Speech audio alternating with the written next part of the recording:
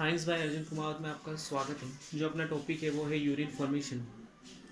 Urine formation अपन start करें उससे पहले अपन इसका थोड़ा जनरल समझ लेते हैं कि इससे पहले अपन ने एक्सक्रीटरी सिस्टम पढ़ा, उत्सर्जन तंत्र। उत्सर्जन मीन्स ये होता है कि शरीर का जो भी अपशिष्ट पदार्थ है उसको शरीर से बाहर निकालना। और उत्सर्जन तंत्र में अपनों ने उसका महत्वपूर्ण भाग पढ़ा अपनों ने व्रक यानी किडनी। किडनी जो होती है वो महत्वपूर्ण यानी मुख्य उत्सर्जन अंग होता है जो 75 से 80% जो अपशिष्ट पदार्थ है उनका उत्सर्जन करता है। उसी किडनी में अपनों ने पढ़ा है कि 10 से 12 लाख उत्सर्जन नलिकाएं होती है जिन्हें अपन नेफ्रॉन कहते हैं। और इसी नेफ्रॉन के दो भाग होते हैं, एक होता है ब्रोमेन संपुट और दूसरी होती है व्रक नलिकाएं। तो अपन सबसे पहले स्टार्ट करते हैं ब्रोमेन संपुट के बारे में। ये जो ब्रोमेन संपुट है, ये डायग्राम में आप देखें तो ये जो ब्रोमेन संपुट है ये एक प्यालेनुमा संरचना है। इस प्यालेनुमा संरचना में बहुत सारी कोशिकाओं का एक गुच्छा होता है। इस गुच्छे नुमा संरचना को अपन ग्लैमरुलस कहते हैं। और ब्रोमेन संपुट और ग्लैमरुलस दोनों मिलकर अगर अपन इसको सम्मिलित रूप से कहें तो इसको मैलपिगी काय कहते हैं। अब यहाँ से दो नलिकाएं प्रवेश कर रही, एक होती है अपवायी धमनिकाएं और दूसरी होती है अपिवायी धमनिकाएं। जो ये शरीर का जितना भी अपशिष्ट पदार्थ है जो रक्त के माध्यम से व्रक में प्रवेश करता है, क्योंकि ये जो स्थित होती है व्रक में स्थित है, तो यहाँ पर अभिवाही धमनिकाएं जो होती है शरीर का संपूर्ण अपशिष्ट रक्त लेकर आती है। और उसके अलावा जो रक्त निस्यंदन द्वारा या अपन कहें कि फिल्ट्रेशन द्वारा फिर शरीर में जाएगा, ये अपवाही धमनिकाएं लेके जाती है। मतलब अभिवाही धमनिका तो क्या कर रही है, यहाँ पर अपशिष्ट रक्त लाने का काम कर रही है। और अपवाही धमनिकाएं जो है वो जो भी रक्त है शुद्ध रक्त उसको फिल्ट्रेशन अल्ट्रा फिल्ट्रेशन होने के बाद ले जाने का काम कर रही। क्योंकि अगर अपन मूत्र के निर्माण के चरणों की बात करें तो वैसे 3 चरणों में होता है, जिसमें गुच्ची निष्पंदन, पूर्ण अवशोषण और स्त्रवण। तो अपन गुच्ची निष्पंदन की जब बात करते हैं तो गुच्ची निष्पंदन की बात ब्रोमेन संपुट में ही होती है, क्योंकि ब्रोमेन संपुट है वो कोशिकाओं का गुच्छा है। और उसी में जो होते सामान्य सेल की उपकला उत्तक होते हैं। उसके अलावा इसमें पोडोसाइट पाए जाते हैं जो उंगली नुमा प्रबंध होते हैं। ये जो पोडोसाइट होते हैं ये इसकी दीवारों पर मतलब जो अपन इसकी ग्लैमरुलस की दीवार की बात करें तो ग्लैमरुलस जो कला है ये पोडोसाइट उसका निर्माण करने में मदद करते हैं, क्योंकि इसके अंदर ही क्या होते हैं बहुत सारे सूक्ष्म छिद्र होते हैं। और यही छिद्र जो होते हैं शरीर का जितना भी अपशिष्ट रक्त है, अपशिष्ट रक्त क्या है, जैसे उसमें अमोनिया हो सकते हैं, यूरिया हो सकता है, यूरिक अम्ल हो सकता है, एमिनो अम्ल होते हैं, उसके साथ ग्लूकोज भी होता है, क्योंकि वो अपशिष्ट है। अभी तो उसमें अपनों ने ये नहीं कहा कि उपयोगी पदार्थों को अपने अलग कर दिया, उसमें सारी अपशिष्ट चीज़ें हैं। तो वो सारी अपशिष्ट चीज़ें जब इसमें प्रवेश करती है तो यहाँ पर उसका अल्ट्रा फिल्ट्रेशन होता है, तो उसमें फिर जो चीज़ें क्षनित होती है वो अपवाही धमनिकाओं द्वारा बाहर जाती है। तो पहले चीज़ें आएगी और इसमें जो ग्लैमरुलस है जो कोशिकाओं का गुच्छा है जिसमें मयन क्षेत्र है, तो ये क्या कर रहा है, ये फिल्टर करने का काम कर रहा है। उसके बाद पीछे एक ग्रीवा होती है जिसे अपन निक कहेंगे।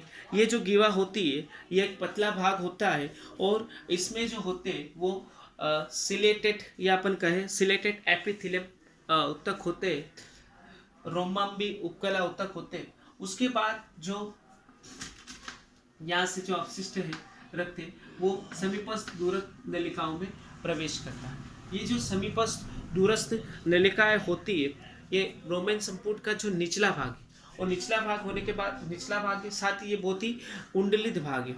इसमें बहुत सारे घनाकार उपकला उत्तक होते हैं। ये घनाकार उपकला उत्तक जो होते हैं वो जो उपयोगी पदार्थ है, अब बात करते हैं अपन उपयोगी पदार्थ की। उपयोगी पदार्थ जैसे ग्लूकोज, एमिनो अम्ल हो गए और बहुत सारे जो प्रोटीन हो गए, उन सभी को ये अवशोषण करने का काम करती है, एब्जॉर्प्शन करने का काम करती है। उसके अलावा ये जो यहाँ से लगभग 1/3 मतलब अपन कहें कि 1/3 जो अपना अपशिष्ट है उसका पुनः अवशोषण कर लिया जाता है समीपस्थ नलिकाएं द्वारा।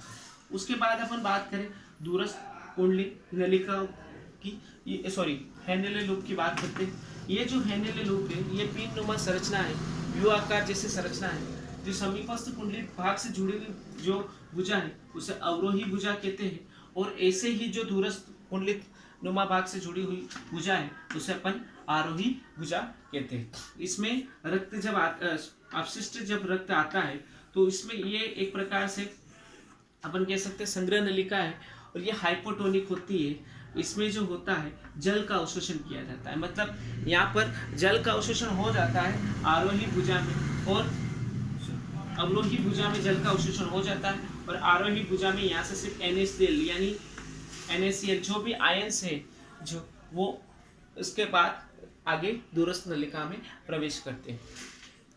उसके अलावा दोनों भुजा एक दूसरे के समांतर होती है। उसके अलावा इसकी जो अगर अपन लंबाई की बात करें तो ये 20 मिलीमीटर होती है। उसके बाद नेक्स्ट जो भाग है वो है दूरस्थ कुंडलित नलिका। जो दूरस्थ कुंडलित नलिका है उसमें जितना भी मूत्र है वो संग्रहित होने के बाद इसमें बहुत सारे सल की उपकला उत्तक होते हैं, जो बाकी जो अपशिष्ट बचा है उसको आगे पहुंचाने का काम करते हैं मूत्राशय में। और मूत्राशय में जब मूत्र इकट्ठा होगा तो उसमें ऐच्छिक पेशियों द्वारा मस्तिष्क को मैसेज भेजा जाएगा, जिसके बाद मूत्र का विसर्जन किया जाता है। अब ये जो दूरस्थ नलिका है ये जो होती है ये कोर्टेक्स भाग में स्थित होती है, और अगर हैंडल लूप की बात करें तो ये मध्यांश में स्थित होता है। उसके अलावा एक और इम्पोर्टेंट बात कि जो मूत्र निर्माण की जो खोज है, मूत्र निर्माण जो अपने शरीर में स्तनधारियों में मूत्र निर्माण तंत्र की अगर खोज करने का श्रेय किसको दिया जाता है तो उसको कुशिनी नाम के जो साइंटिस्ट थे उनको दिया जाता है। उसके बाद मैंने बताया ये मूत्र यहाँ से फिर मूत्राशय में चला जाता है, क्योंकि ये सारा काम कहाँ हो रहा है, वृक्क में हो रहा है। वृक्क में होने के बाद ये जो संग्रह नलिका से फिर मूत्रवाहिनी से मूत्राशय, और मूत्राशय से मूत्र मार्ग द्वारा बाहर चला जाता है। आई होप आपको कुछ समझ में आया होगा। आप हमारी वीडियो को लाइक करें, शेयर करें, सब्सक्राइब करें। Thank you.